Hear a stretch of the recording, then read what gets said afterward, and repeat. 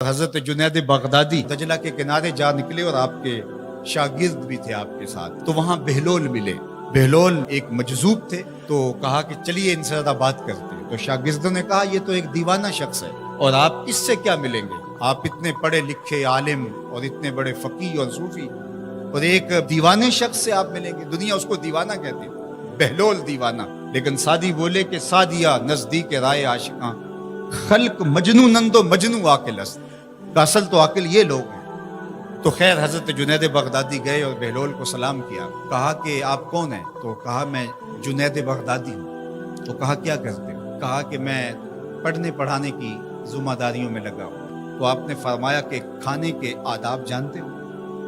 تو کہا کہ ہاں، ہاتھ دھوئے جائیں، بسم اللہ شریف پڑھی جائے، چھوٹا لقمہ لیا جائے اور چبا چبا کے کھایا جائے اور اس کے بعد الحمدللہ کہا جائے۔ تو بہلول کہنے لگا کہ میں تو آپ کو بہت بڑا عالم سمجھتا تھا، آپ تو کھانے کے ادب کو بھی نہیں جانتے۔ اور اپنا کپڑا اٹھایا، جھاڑا اور ایک جانب چل دیا۔ شاگردوں نے کہا ہم نے آپ کو کہا تھا کہ اس شخص کے پیچھے جانے کا کیا فائدہ، یہ تو دیوانہ شخص ہے۔ تو کہا نہیں میں اس کے پیچھے چلتا ہوں۔ پھر آپ اس کے پیچھے بھاگے۔ تو پھر بہلول نے پلٹ کے دیکھا، کہا کہ کون ہو؟ کہا کہ میں جنید ہوں، آپ کو ملنے آیا ہوں۔ تو آپ نے پھر ایک سوال کیا، گفتگو لمبی ہو جائے۔ تیسری مرتبہ بھی جب وہ اپنا دامن چھاڑ کے گزرے تو پھر آپ آگے بڑھے۔ انہوں نے پوچھا کون ہو؟ انہوں نے کہا کہ میں ایک عام سا شخص ہوں، تو آپ کے پاس جو ہے وہ سیکھنے آیا ہوں۔ تو کہا کہ میں نے تم سے پوچھا تھا کہ کھانے کے آداب کیا ہیں، تو تم نے یہ بتایا تھا۔ کہا جی میں نے تو یہی پڑھا ہے اور میں نے یہی بتایا ہے۔ تو کہا کھانے کا سب سے پہلا ادب یہ ہے کہ لقمہ حلال کا ہو، باقی لقمے چھوٹے چھوٹے توڑ کے کھائے یا چبا چبا کے کھائے یا جو ہے وہ پانی پہلے پیے یا بعد میں پیے، کہا یہ باتیں بات کی ہے۔ سب سے پہلا ادب کھانے کا یہ ہے کہ لقمہ طیب ہو، لقمہ طاہر، لقمہ پاکیزہ۔ اللہ اکبر۔ تو ہمارے رب نے ہمیں پاکیزہ رزق کھانے کی تلقین فرمائی ہے۔ تو اللہ کے محبوب علیہ السلام نے اس شخص کا ذکر کیا جو لمبا سفر کر کے آیا اور وہ کعبۃ اللہ کے سامنے کھڑا، وہ اللہ تعالیٰ جل شانہ کو پکارتا ہے اور کیا کہتا ہے؟ یا رب یا رب۔ اشعث اغبر، اس کے بال بکھرے ہوئے ہیں اور اس کا لباس پھٹا ہوا ہے، پراگندہ سی حالت ہے، اور اللہ کے گھر کے سامنے کھڑا ہے، لمبے لمبے ہاتھ کر کے دعا مانگ رہا ہے، یا رب یا رب، اے میرے اللہ اے میرے اللہ۔ لیکن فرمایا وَمَطْعَمُهُ حَرَامٌ وَمَشْرَبُهُ حَرَامٌ وَمَلْبَسُهُ حَرَامٌ وَغُذِّيَ بِالْحَرَامِ فَأَنَّىٰ يُسْتَجَابُ لِذَٰلِكَ۔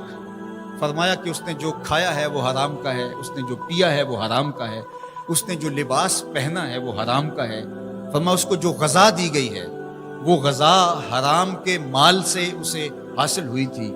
فرمایا فَأَنَّىٰ يُسْتَجَابُ لِذَٰلِكَ۔ فرمایا مجھے بتاؤ کہ اس کی دعائیں کیسے قبول ہوں۔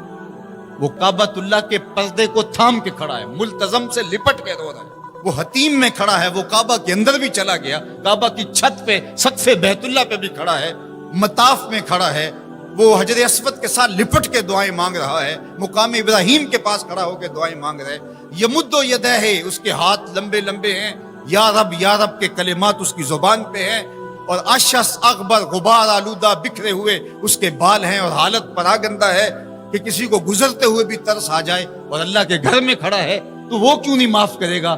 لیکن فرمایا مطعمہ حرام ومشربہ حرام وملبسہ حرام وغذی بالحرام، اس کا کھانا پینا لباس اور غذا حرام کی تھی۔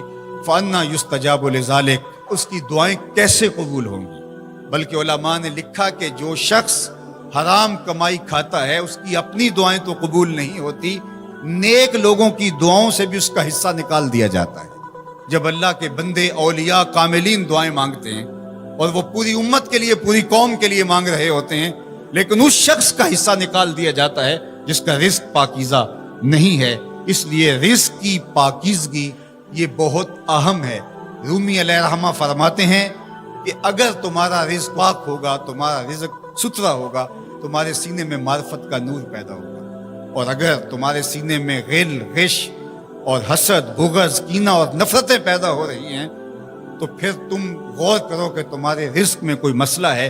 تم کھاتے ہو اس کے نتیجے کے اندر حسد پیدا ہو رہا ہے، بغض پیدا ہو رہا ہے، نفرت، سستی اور کاہلی اور عبادت سے دوری پیدا ہو رہی ہے۔